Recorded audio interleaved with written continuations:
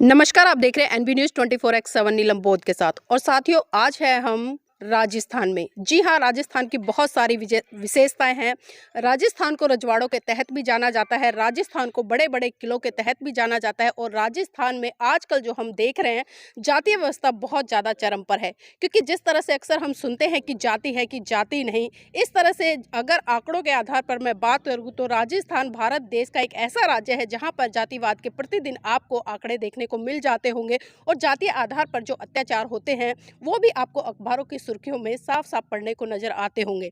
लेकिन आज मैं बात करूंगी राजस्थान में हो रहे विधानसभा चुनाव को लेकर। हर प्रत्याशी कहीं ना कहीं अपना पूरा दमखम लगा रहा है, उसकी पूरे दावेदारी है कि वो पूर्ण बहुमत के साथ में जीत रहा है। तो इसी कड़ी में आज हम पहुंचे हैं डूंगरगढ़ विधानसभा के गांव बिग्गा में, और यहाँ पर मेरे साथ में तमाम गाँव के लोग हैं। उन्हीं से जानने का प्रयास करूंगी कि आखिर उनके जहन में जो चुनावी माहौल है उसके तहत क्या चल रहा है, इस बार किसको प्रत्याशी के तौर पर देख रहे हैं और किसको इस बार नेता चुनकर यहाँ से भेजेंगे। तो एक बार इनसे चर्चा करते हैं। आपका नाम क्या है? संतरा। संतरा, क्या करते हो? मैं बीएड कर रही हूँ अभी। तो अभी जो चुनावी माहौल है राजस्थान में, खासकर आपकी डूंगरगढ़ विधानसभा की हम बात करेंगे, तो यहाँ से कौन कौन प्रत्याशी हैं और किन अपेक्षाओं को मद्देनजर रखते हुए आप प्रत्याशी को वोट करेंगे? हम तो इस बार वोट है वो राजेंद्र बापे को देंगे क्योंकि वो हमारे हक के लिए लड़ेंगे। हमारे गांव में कई बार आ चुके हैं, उनके विचार हमने सुने हैं और बहुत ही अच्छे विचारों की धनी है, इसलिए हमारा इस बार का वोट राजेंद्र बापे को जाएगा। राजेंद्र जो बापेव जी आप बता रहे हो, कौन सी पार्टी के प्रत्याशी हैं? वो बसपा पार्टी की। बसपा पार्टी से। तो क्या लगता है अगर वो जीत के आते हैं तो जो डूंगरगढ़ विधानसभा उनकी जो समस्या है उनसे निजात मिलेगी आप लोगों को? ऑफकोर्स मिलेगी, जरूर मिलेगी, क्योंकि उनके विचारों को सुना है और ऐसे विचारों की धनी है।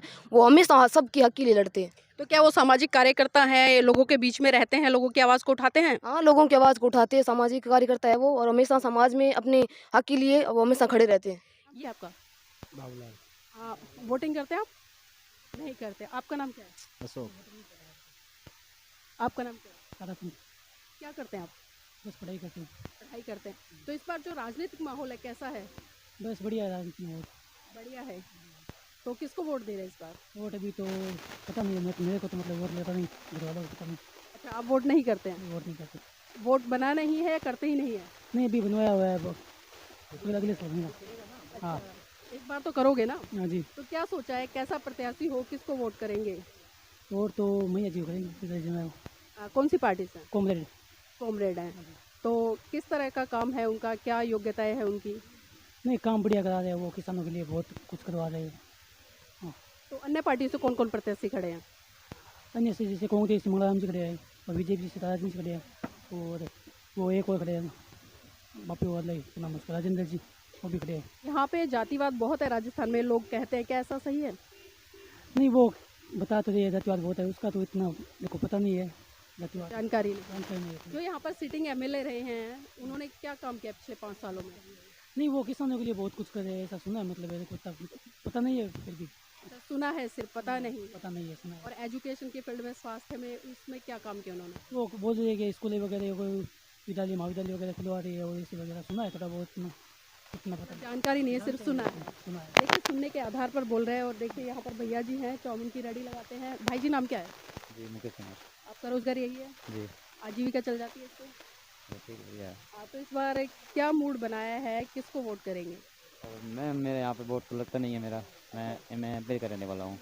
यहाँ वोट नहीं है, लेकिन यहाँ पर तमाम लोग आते हैं, राजनीतिक उस पर चर्चाएं करते होंगे। क्या माहौल है आपके गांव का, क्या माहौल है, कुछ बताएंगे इस बारे में? मुझे गांव का ठीक ही लगता है, जैसे कोई कॉमरेड के बोलते हैं, कोई अपना सरपंच है, बीजेपी वाले हैं, कोई कांग्रेस वाले हैं। मतलब अलग अलग राय है।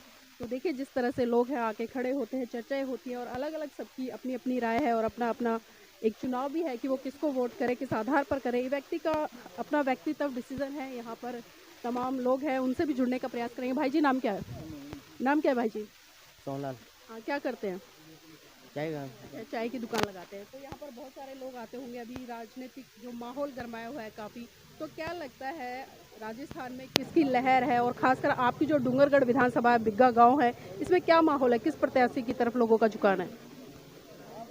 ये तो यही लोग बता सकते, इतना मैं ध्यान नहीं था राजनीति में। अच्छा, राजनीति में रुचि नहीं रखते? नहीं, वोट तो करते हैं ना?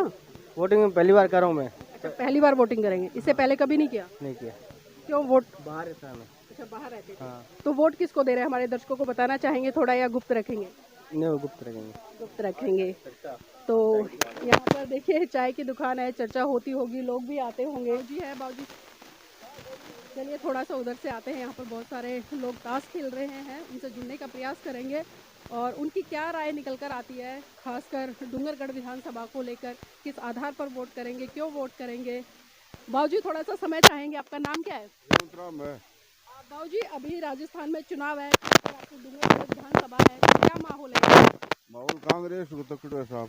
कांग्रेस का है। हाँ, तो यहाँ पर सीटिंग एमएलए कौन रहे हैं पिछली बार? पिछली बार तो गिरधारी राम मैया है। तो उन्होंने जो काम किया उससे संतुष्ट नहीं आप लोग? संतुष्ट करिए ही कौन की। लेकिन जो लोग बैठे वो तो कह रहे थे उन्होंने बहुत काम किया है। कोई सो कह दे बाकी काम करियो कौन काम करियो तो सरकार भी नहीं बनती नहीं। कांग्रेस बीजेपी है बंगा की कौन बेहतर नहीं है, निर्दलीय ही है। देखिए कांग्रेस का है यहाँ पर, जो यहाँ पर जातीय व्यवस्था है और जातिवाद है, उसके तहत क्या लगता है? जातिवाद नहीं है। क्योंकि जितने लोग बताए जा रहे हैं जनरल सीट है और सिर्फ जो मतलब जातिवाद कौन वोट कांग्रेस का ही है, जीत भी कांग्रेस की है। मिल जाए कोई दो एक आधो कोई कॉमरेड को मिल जाए या कोई बसपा को मिल जाए, कोई और मिल जाए, बाकी जीत कांग्रेस की है। जीत कांग्रेस की है। तो जो ये कांग्रेस के प्रत्याशी पहली बार चुनाव लड़ रहे हैं, पहले भी लड़े चुके हैं, 3 बार विधायक रह चुके हैं पहले। लेकिन इससे पहले तो कॉमरेड जीत कर आए हैं यहाँ पर। इससे पहले कॉमरेड जीतता है। तो जनता को उन्होंने किस बात पे चुना और जो कांग्रेस के प्रत्याशी थे किस आधार पे हराया था? मतभेद भी हो गया, जनता का जना कॉमरेड का चली गई और वो मतभेद मिट गया, जना अब कांग्रेस की तरफ होगी। तो जो कॉमरेड के जो वोटर थे, सपोर्टर थे, वो कांग्रेस की तरफ आ रहे हैं। आ रहे। तो देखिए जिस तरह से हमने बाबूजी से बात की है, यहाँ पर एक चीज़ तो बिल्कुल स्पष्ट हो जाती है कि बाबूजी जो है वो कांग्रेस समर्थक हैं और पूरी तरह से समर्थक है, क्योंकि बातों से ही हमने उनकी से जांच लिया है। तो और भी यहाँ पर लोग हैं, उनसे जुड़ने का प्रयास करेंगे। देखिए यहाँ पर तमाम लोग हैं, खासकर यूथ भी है, उनसे भी जुड़ने का प्रयास करेंगे, क्योंकि आज का युवा राजनीति को किस तरह से समझता है, बहुत महत्वपूर्ण हो जाता है लोकतांत्रिक देश में ये चीज़ें जानना। आपका नाम क्या है? मनोज सारस्वत बिग्गा। मनोज जी क्या करते हैं? मैं तो व्यवसायी हूँ, कपड़े का व्यवसाय है मेरा। तो आप युवा भी हैं, जानना चाहूंगी आज का युवा खासकर एक राजनेता को चुनने के लिए उसमें क्या क्या खूबियां देखता है? देखिए उसमें शिक्षा, स्वास्थ्य और रोजगार चाहिए सबको। ये देखो विकास के नाम पे यहाँ पे कुछ नहीं है। ये बिग्गा का मेन बाजार है और यहाँ पे बीजेपी सरकार आ रही है, सेंटर अपने राजस्थान गवर्नमेंट बन रही है और डूंगरगढ़ विधानसभा से भाजपा आगे चल रही है। लोग 36 कौम का एक ही है कि अब की बार शिक्षा, स्वास्थ्य और रोजगार के लिए बीजेपी को लाना जरूरी है। लेकिन वहाँ पर तमाम लोग कांग्रेस के समर्थक है, इधर कुछ बहुत सारे लोग बसपा के समर्थक है, इधर जो कॉमरेड है।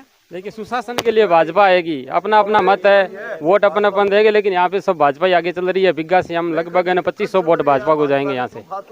जी तो देखिए सबका अपना अपना मत है। भाई जी नाम क्या है? मांगीलाल है मेरा नाम। मांगेलाल जी यही कैसे हैं?